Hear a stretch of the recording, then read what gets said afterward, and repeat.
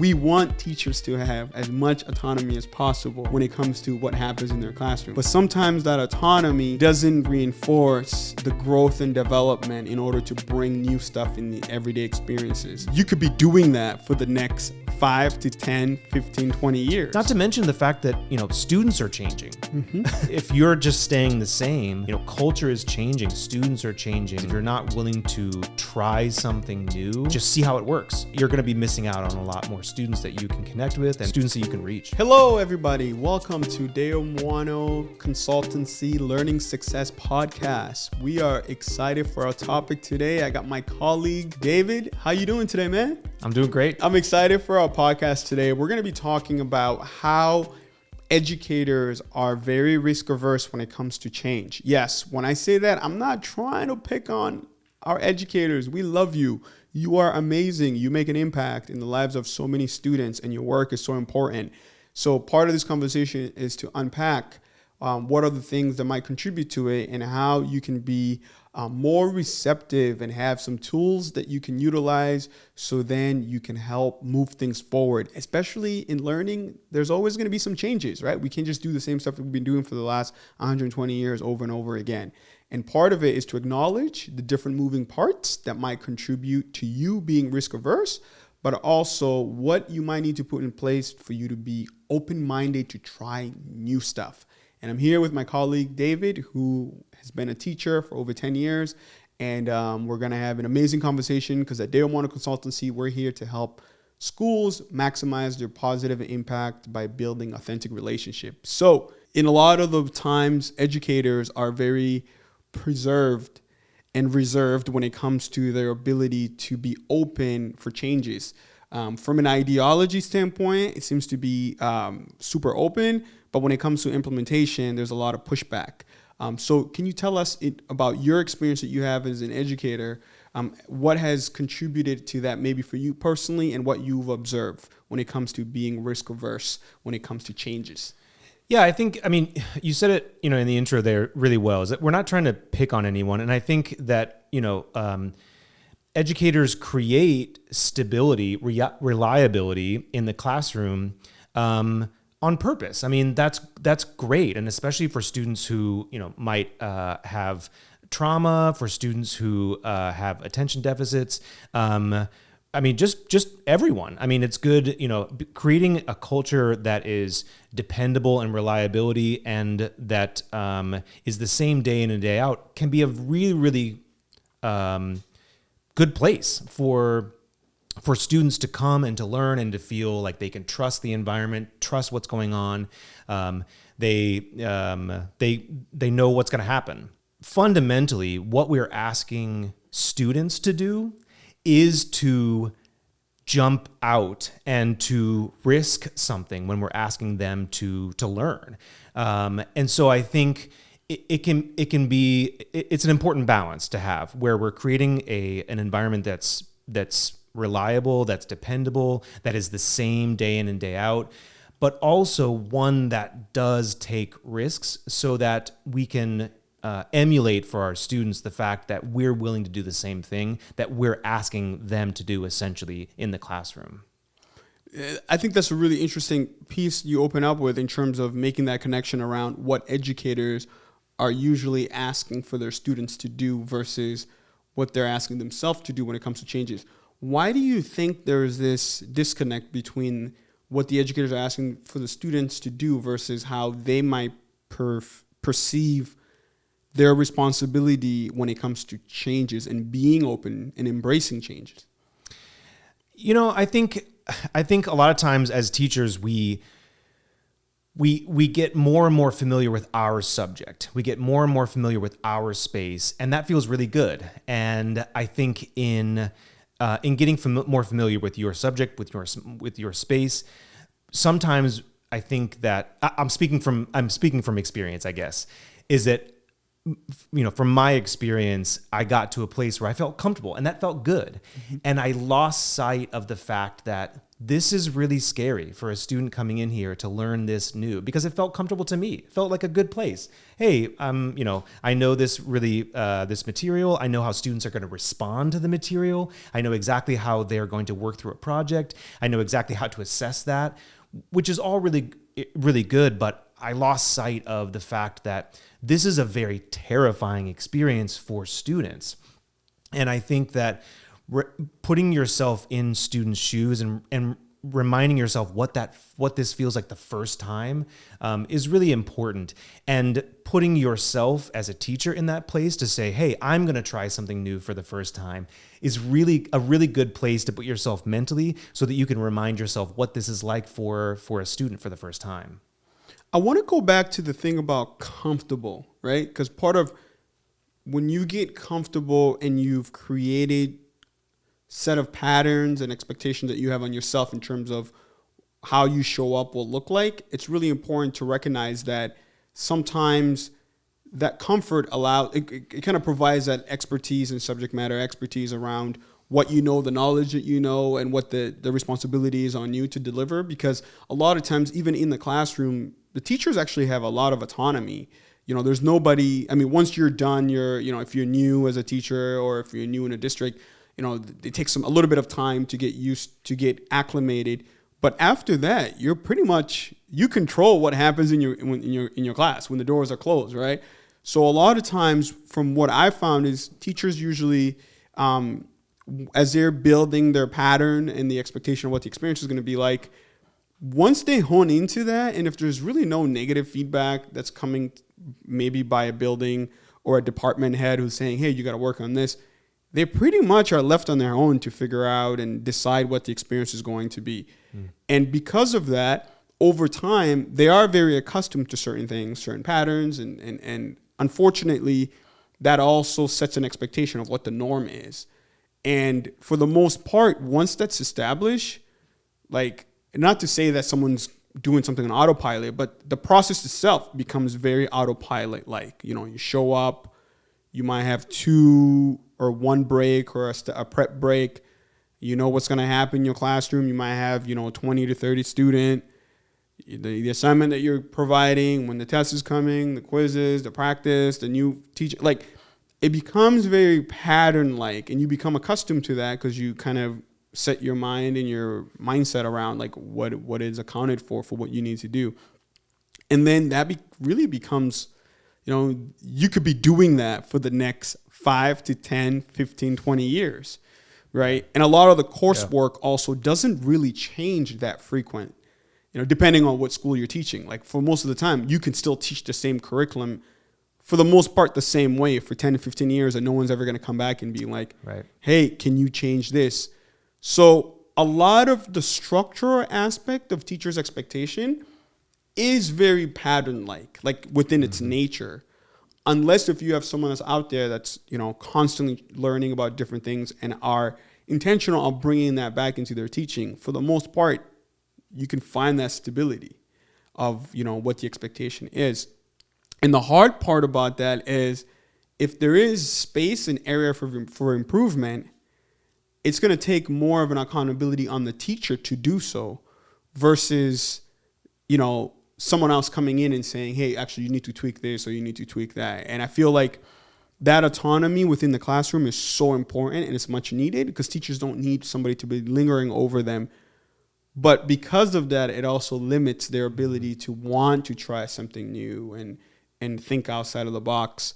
A good example of this, during COVID, the COVID time, Deo Mwano Consultancy had some opportunity to do some coaching with some teachers, a different subject. We had a math teacher, English teacher, history teacher, science teacher, and this one district, and we met weekly.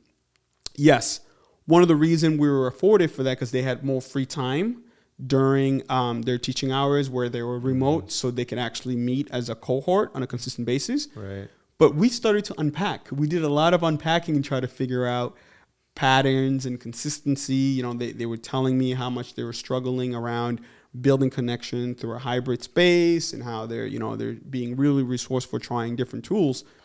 in that environment, they had no choice but to try new stuff, Right. because it was uncharted territory, right? But one of the things that I found was once the teachers went back, I remember the first quarter where they went back in class. One, the pilot ended. We couldn't meet with the cohort on a consistent weekly basis anymore because they all had different scheduling. And they just went back doing things how they did it before, which was really unfortunate because there was a lot of opportunity to reflect on what the experience was and maybe even continuing on some of the new stuff that they learned that made them more resourceful to connect with their students.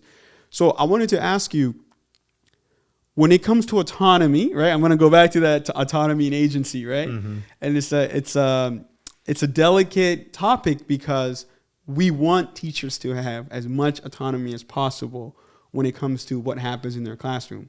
But sometimes that autonomy doesn't reinforce the growth and development in order to bring new stuff in the everyday experiences.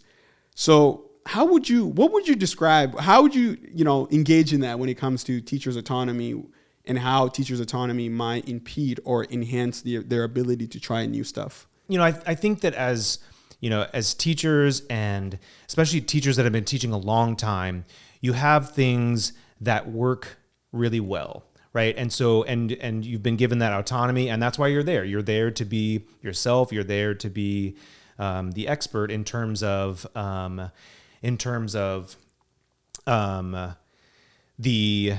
what you're actually doing in your classroom. And I think that doesn't have to that doesn't have to not exist with innovation in your classroom. You can always get better. I mean, just because you have something that has gone well year after year after year doesn't mean that you can't add something else into your classroom that is going to be interesting, that is going to be new. But I think, it's interesting you brought up COVID. I think COVID was a great example how we had been doing things the same way for a long time. And then all of a sudden, a very, very big thing happened where we could no longer do a lot of those things. And, I saw it firsthand. Myself, I had certain things that I relied on in my classroom that I couldn't do, and my colleagues couldn't either. And so Can you tell me some of that stuff, like some of the stuff that you couldn't do that you needed to shift and change perhaps? Yeah, I relied so much on those relational components in my classroom. I relied so heavily on seeing students and interacting with students on a sort of just personally. A lot of the activities that we did in class, the way that I gave tests and homework. And, all of those things, not all of them, but a lot of those things were not available anymore. And I had to go looking for other tools. Thankfully, I did try to be a teacher who was always looking for that innovation. And so that I could integrate those new pieces into and at least try some things that were new in order to try to mix things up. But I think that is, I think, it is a tough, it's a very good conversation because there's no, you just need to do new things. Mm-hmm. That's what we're saying. Just do new stuff and then everything's fine. Because I think that there is, it's sort of like an old recipe that has worked for a long time, and it's really good recipe, and you love that recipe. You spent time creating that recipe, and I think there is a space to that. But there also is a space for adding new things, so that you're not only innovating, but you're also just creating this space where you're ready to add new things, so that when something, hopefully something, as monumental as the pandemic isn't going to happen anytime soon, but there can be many little things that happen along the way that will change things. Not to mention the fact that students are changing. Mm-hmm. Whether if you're just staying the same, culture is changing, students are changing. just the way that people interact with each other is changing.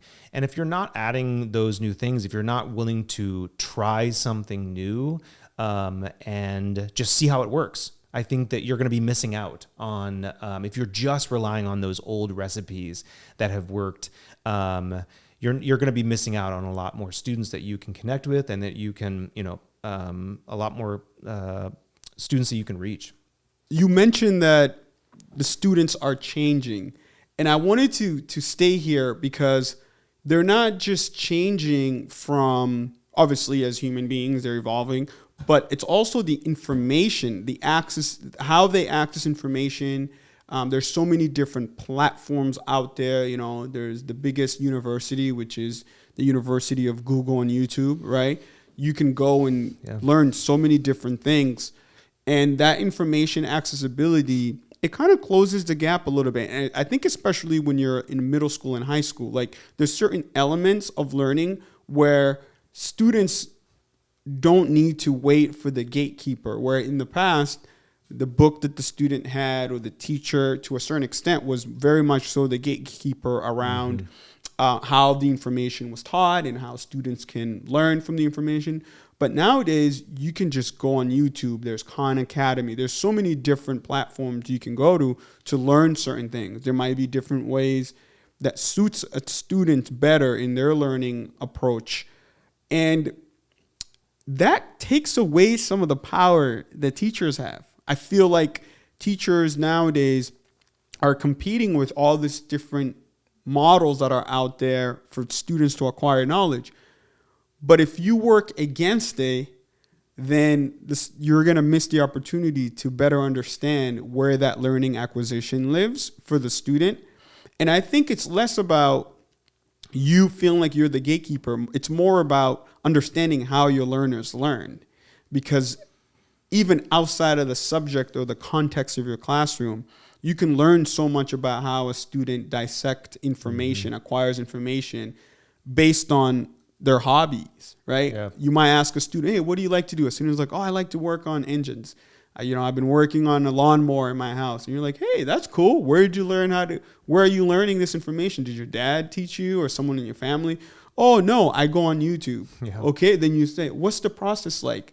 What does that look like when you go on YouTube? And they say, okay, I go in and I type in the model of the engine because I saw it on the lawnmower. And then I write it's like, okay, so one, the student has an insight to be more specific in their keyword, right?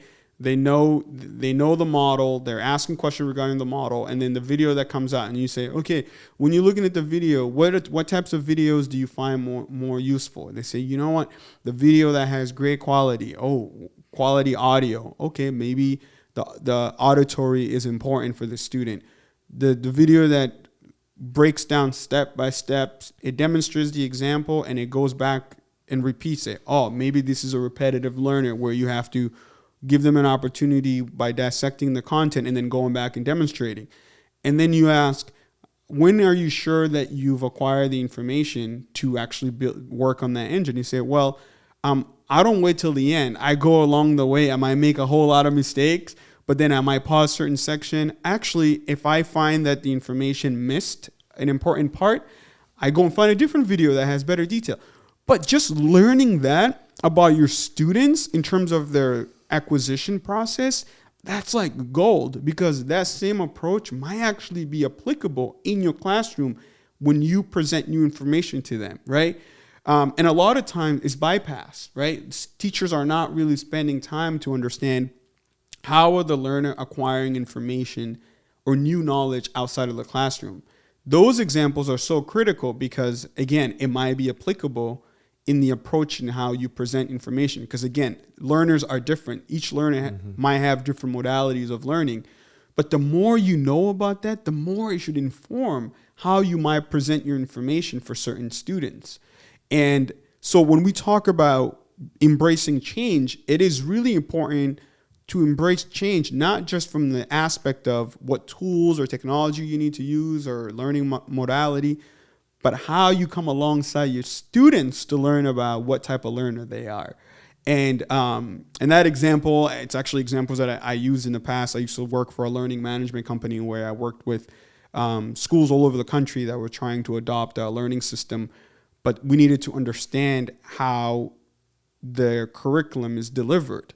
So then our learning system can emulate it. And a lot of time I used to ask, what is the learner's acquisition in your school? How do you know when students are acquiring new information beyond a test or beyond a quiz?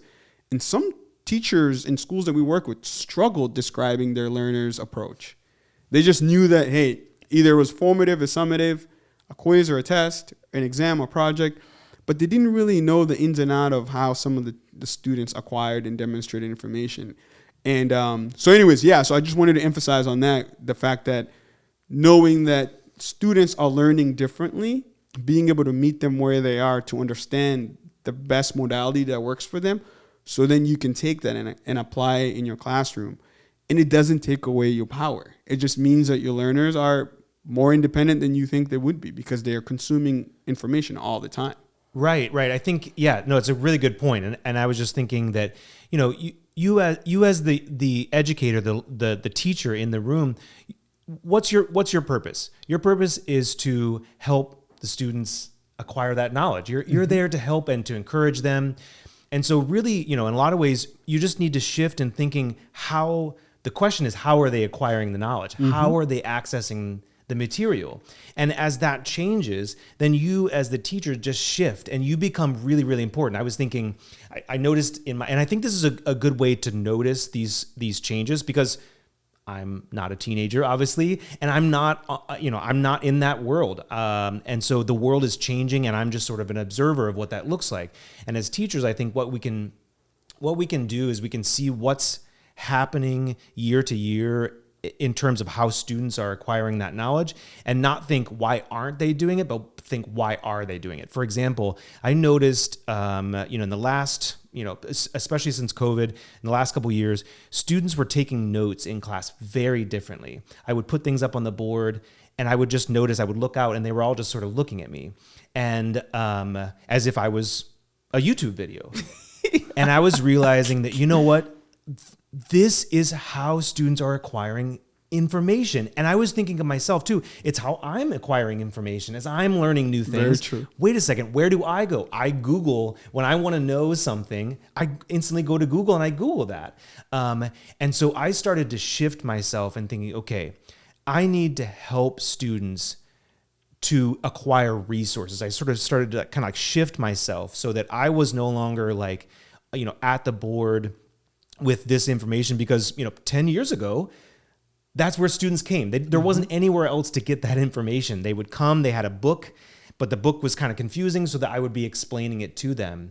And I realized that that's no longer what was happening. I needed to help them to acquire resources. So I started to think in my classroom, here's what you should Google when you want to know more about this topic. So I started to kind of shift that and think, okay, how are the students acquiring? So teaching them how to be resourceful around where they go to find the resource. Right, exactly. And it wasn't diminishing what I was doing at all. In fact, it was making me very, very valuable as a teacher, because I was now helping these students. These students were coming out of my classroom, and administration and my department head were thinking, hey, how do the kids in your classroom, how are they able to, be doing better on these exams, and how are they able to acquire this knowledge? And I was saying, I'm helping them to sort of leaning into how they're acquiring the knowledge and helping them have these resources. I even started creating like resource pages where kids could go and click on different things depending on, like you were saying, every learner is different.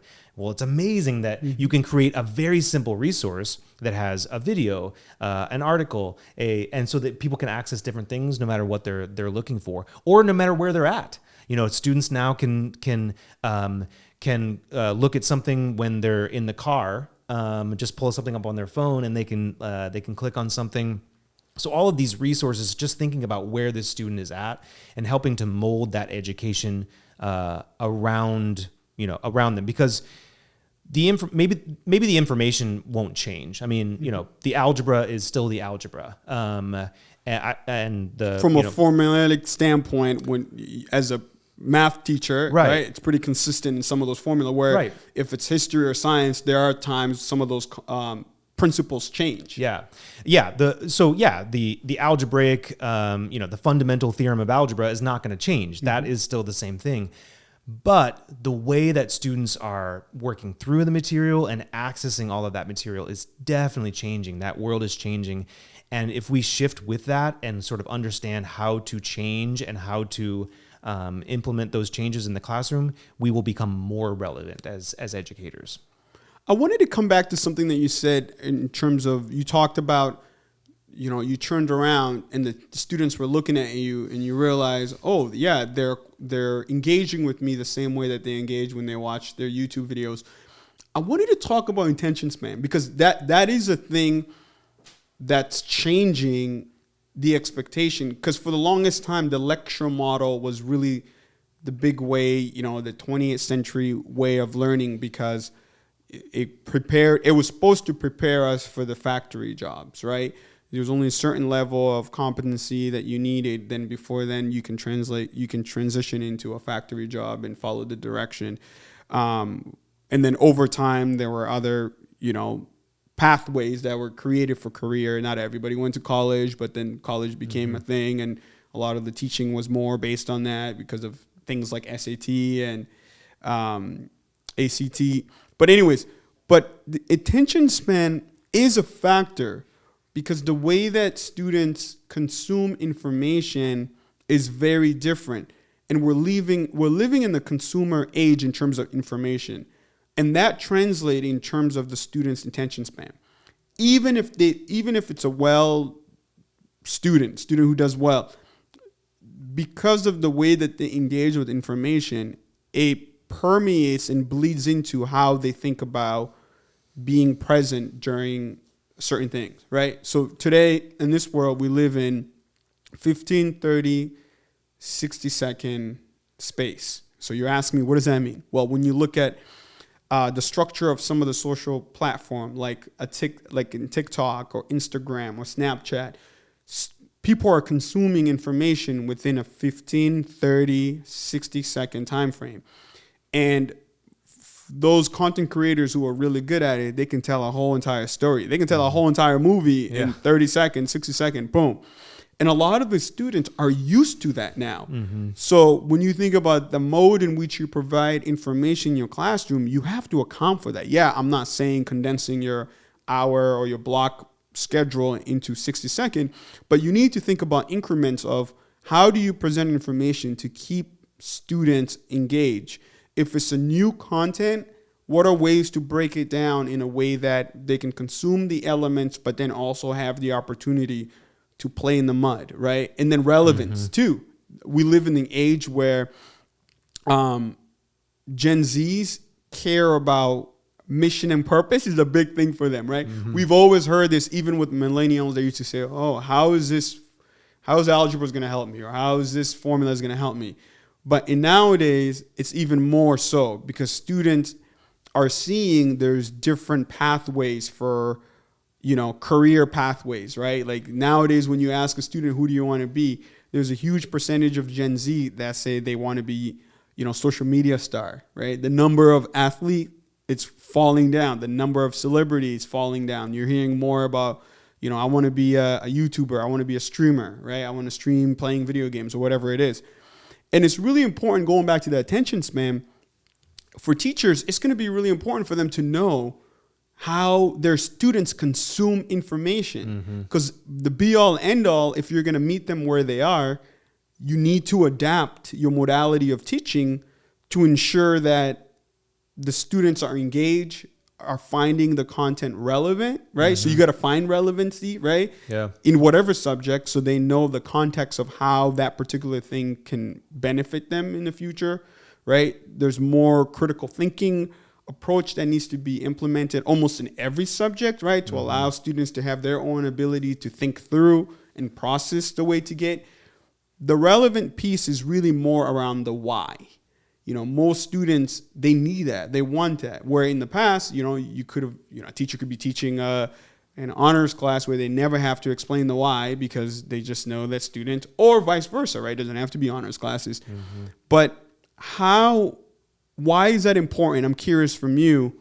why is that important for teachers to be able to take themselves out of the picture and really think about their student? Because the factor is how to better create a space where students can engage in the learning process and understanding the relevance behind the content. And that piece of it, I feel like if you think about it in that lens, then it's less about you as a teacher. Mm-hmm. It's more about what the students need for them to be engaged, inspired, but more importantly, to be engaged learner.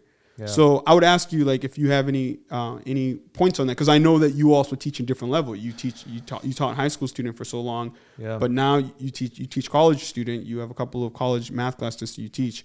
How do you see that play out? Yeah, I think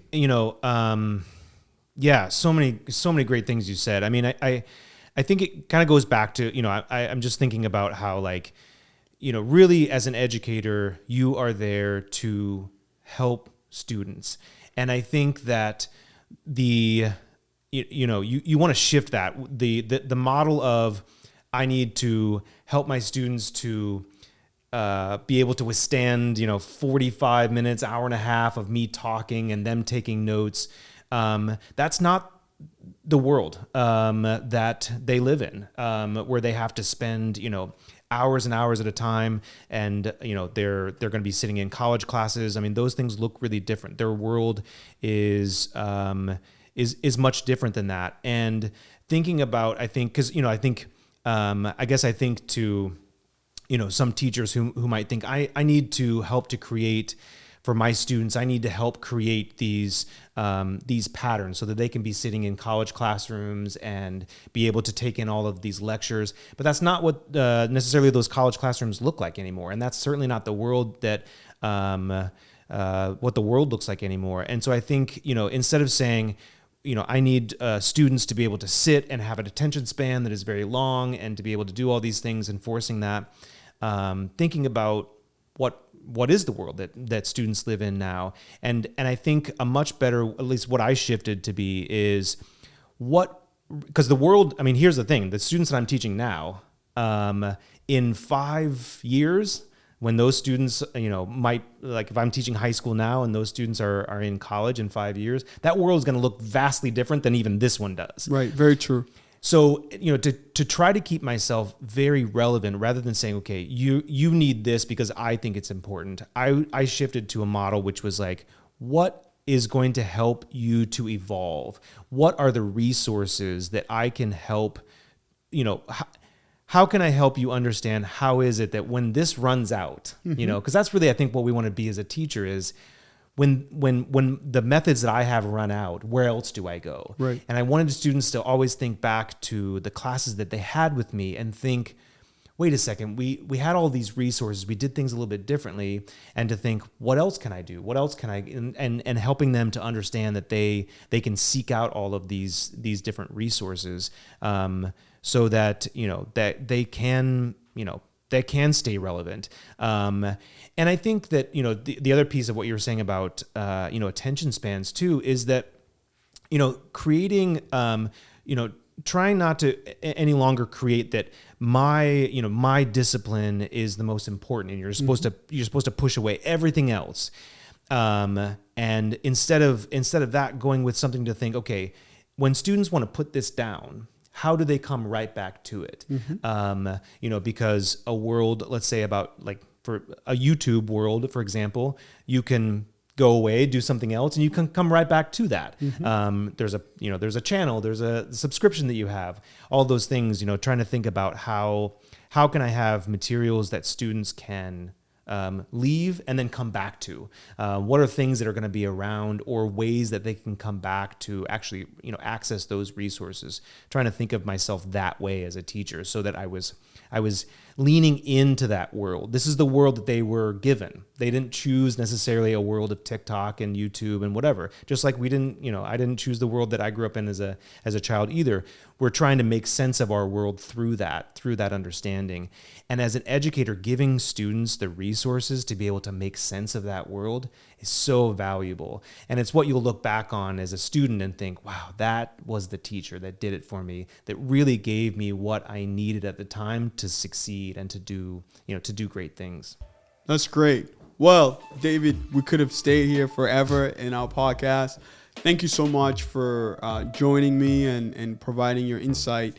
And for our listeners, please listen to our podcast. Share it. We got more amazing insight. Today we talked about teachers being open, to not be risk averse, to not be scared of change, especially when it comes to the acquisition of learning from their student point of view. Let that be the driver that influences you to put your guards down and be vulnerable in order to try different things to help inspire your learners to be engaged and progress and move forward. So thank you so much. Subscribe, share.